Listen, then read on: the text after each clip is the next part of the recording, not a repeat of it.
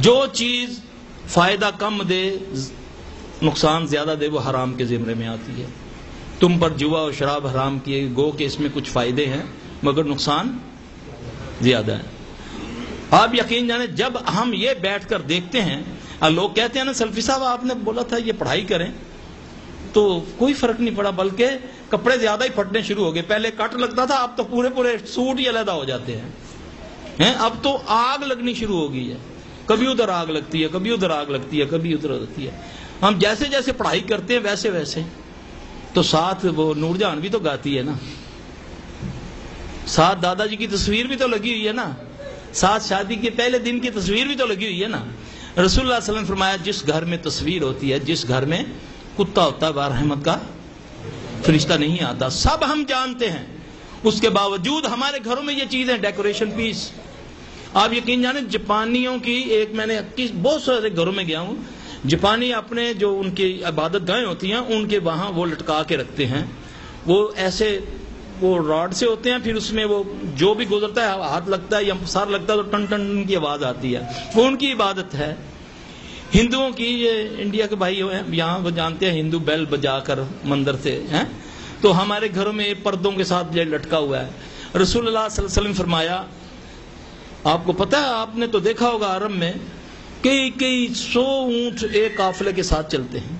ایک قافلہ ہوتا ہے, کئی اونٹ اس کے پیچھے اس کے پیچھے اس کے پیچھے. آپ صلی اللہ علیہ وسلم نے فرمایا ایک اونٹ کے گلے میں گھنٹی ہونے کے باوجود پورا جتنا یہ اونٹوں کا قافلہ ہے سب پر سے اللہ کی رحمت دور ہو گئی. یہ اللہ کی قسم صحیح حدیث ہے, ایک گھنٹی کی وجہ سے. اب بتائیں اس میں نارمل بیلیں بھی ہیں, مسجدوں میں گانے چل رہے ہیں. اس سے نفرت کرو, ان چیزوں سے نفرت کرو, اپنی اولادوں کے دلوں میں ڈالو. سور کہنا کوئی زبان ناپاک نہیں ہوتی, خنزیر کہنا کوئی ناپاک نہیں ہوتی, یہ ہمیں ڈرایا گیا. خنزیر قرآن کا لفظ ہے کہ نہیں؟ اس کے کہنے سے 40 نیکیاں ملتی ہیں کہ نہیں؟ ملتی ہیں نا. یہ صرف ہمیں اس کو وہ حرام چیز ہے, بچپن میں ہمارا ذہن بنا دیا گیا. دوسری باتوں میں بھی آپ اگر بچپن ہی سے بچوں کا ذہن بنائیں گے تو انشاءاللہ بچے بڑے ہو کر بھی اس سے نفرت کریں گے. جب گود میں لے کر ہم نور جہان دکھائیں گے, لتا منگیش دکھائیں گے تو پھر یہ وہی کریں گے. اس لیے میرا بھائی یہ بے حیائی ہے, اور پھر اپنا دیکھ لیں کیا انجام ہوگا.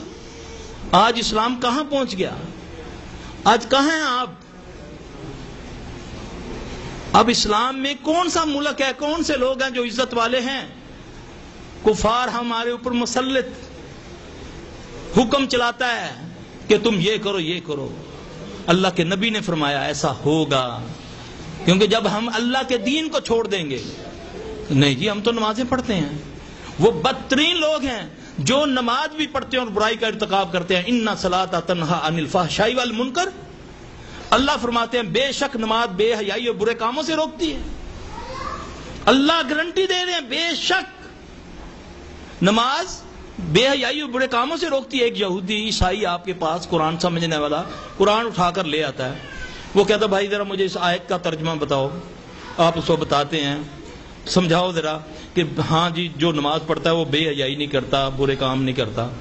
کہتا یار میں دیکھتا ہوں تیری بیوی بے پردہ ہے, گھر میں تو کچھ نہیں ہوتا, باہر جب نکلتی ہے تو دلہن بن کے نکلتی ہے نہیں ایسا؟ میرے بھائی دین میں لگی لپٹی کرنے والے منافقوں نے دین کا بیڑا غرق کر دیا. آپ راضی ہوں یا ناراض ہوں, میرا اللہ راضی ہو جائے انشاءاللہ ہمارے لیے وہی کافی ہے.